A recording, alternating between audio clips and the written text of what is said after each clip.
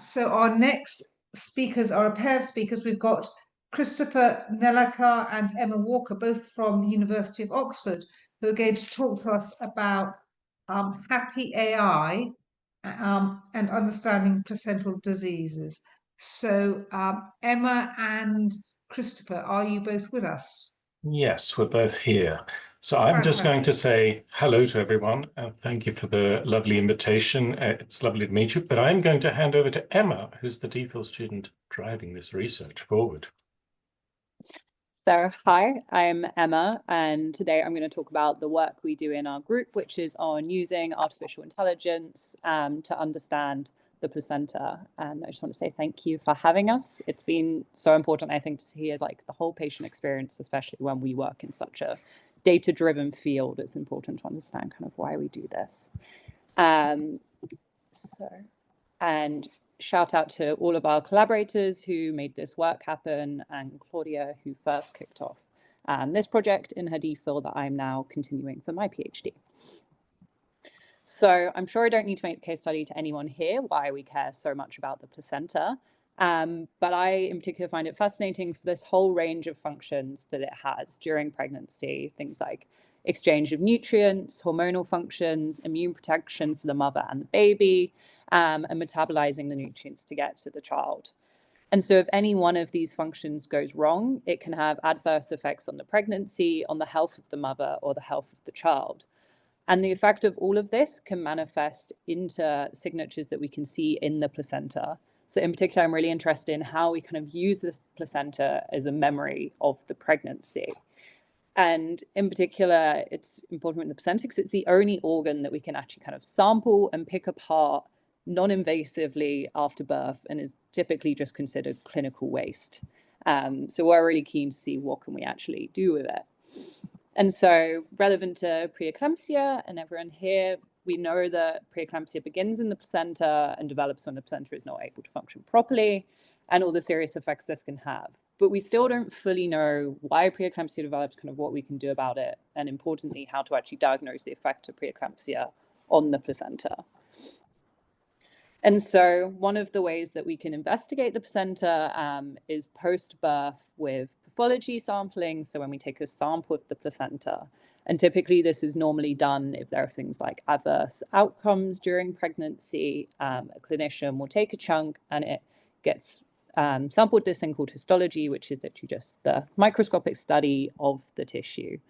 So we can see all of the cells and structures. But we want to know how can we actually use these samples that are produced normally in clinics. And placenta histology gives us all kind of interesting insights as to the function of the placenta. So it's highly complex with all of the different structures being able to be seen.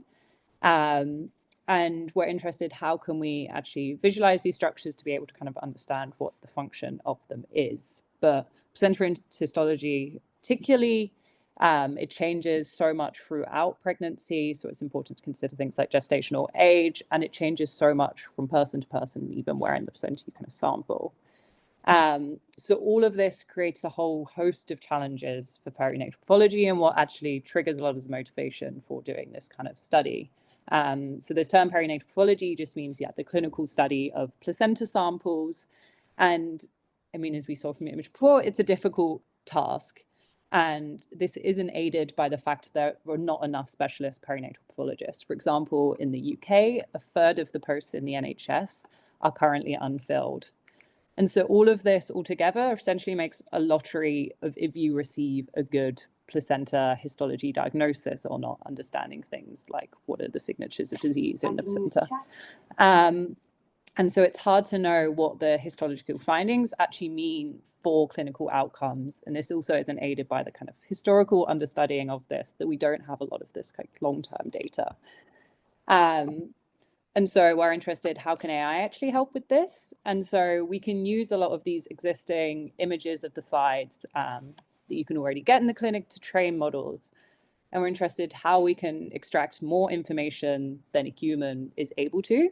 Through automating analysis across a lot of results to find kind of consistent data and find subtle patterns to link to disease and outcomes that we wouldn't be able to do just from kind of visual analysis alone.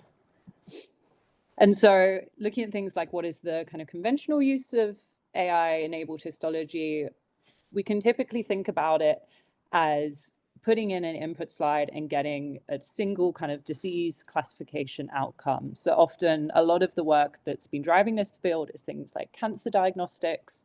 So if you do a cancer biopsy, you just kind of want to know yes or no, does your patient have cancer?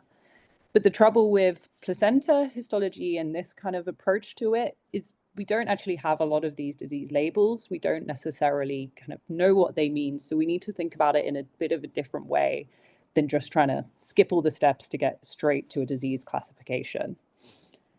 And so we want to think about it of how can we actually build up our biological understanding when we make these models, so we're not skipping all of these steps that just have us with our input data and an output disease that we don't really know how the models got to that label.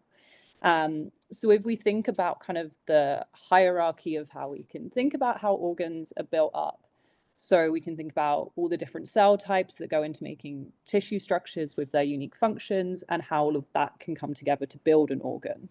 And so our hope is if we can build up our understanding of the biology and allow the AI models to do this, this can help us build up our understanding of disease. So kind of the understanding and the labeling of the disease is a secondary outcome. And what we've actually really got along the way is the understanding of the biology.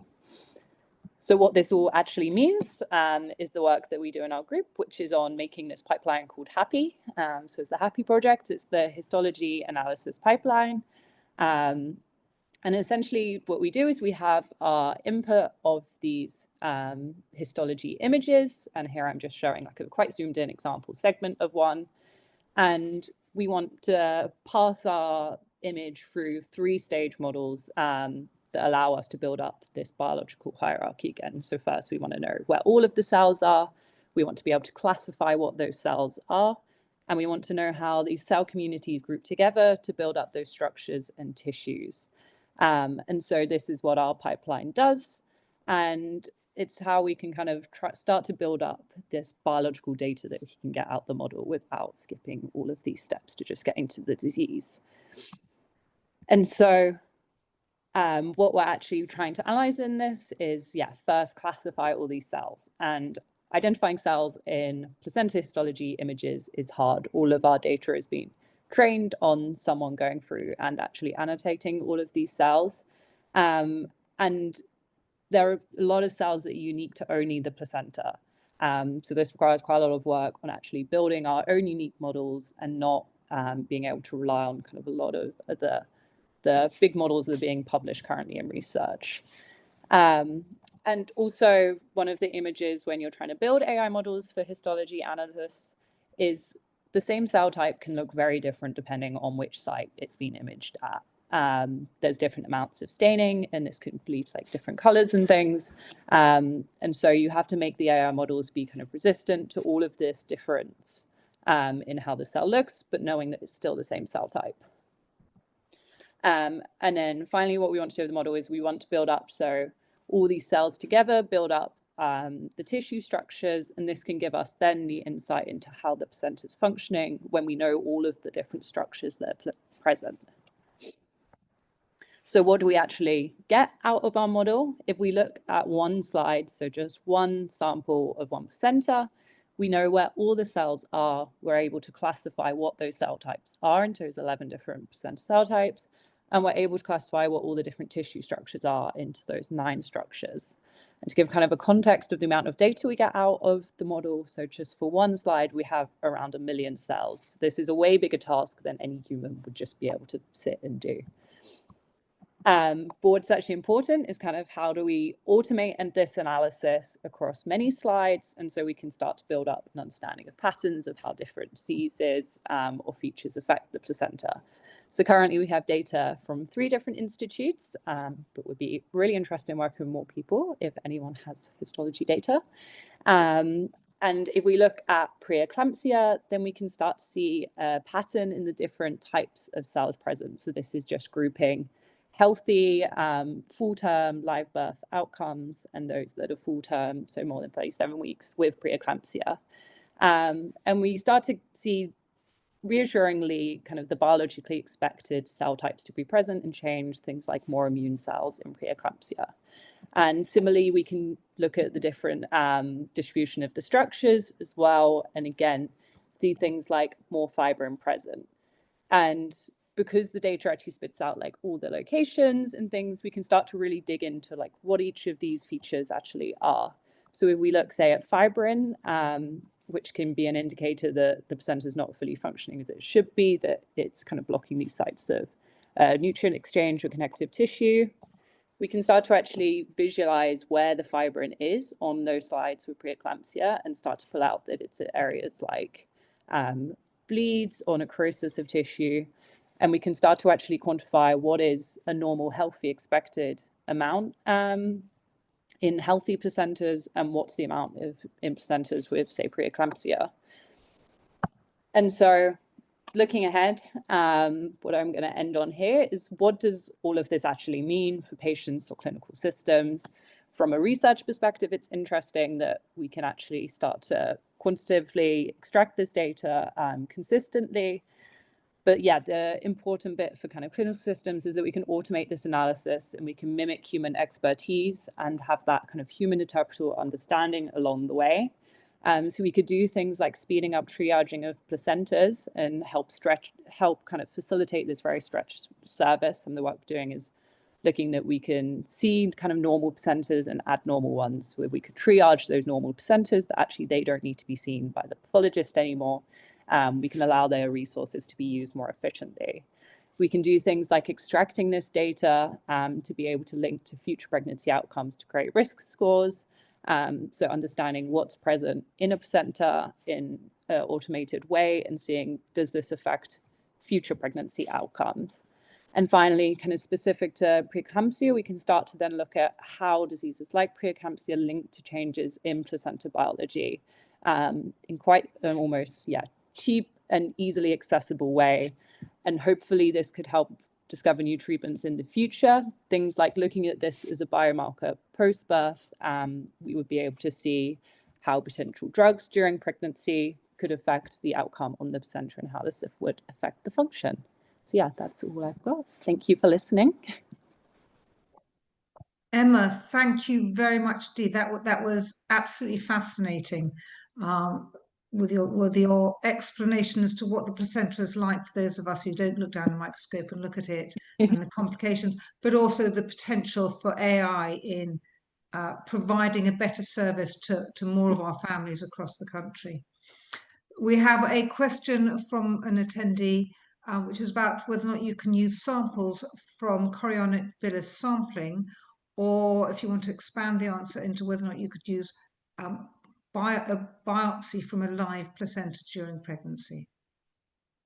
So currently everything we do is postpartum. I'm not actually sure what the scope of what kind of biopsy you get out during pregnancy. I think it would be, a much harder one to get enough data to train these models. Ultimately, you need a lot of data, and sampling of the placenta during pregnancy is a very invasive process. There's a lot of risk. We're not realistically going to start automating this analysis for every patient. The kind of hope more is, how could we do this with quite easily accessible things like the placenta post-pregnancy? I hope that answers.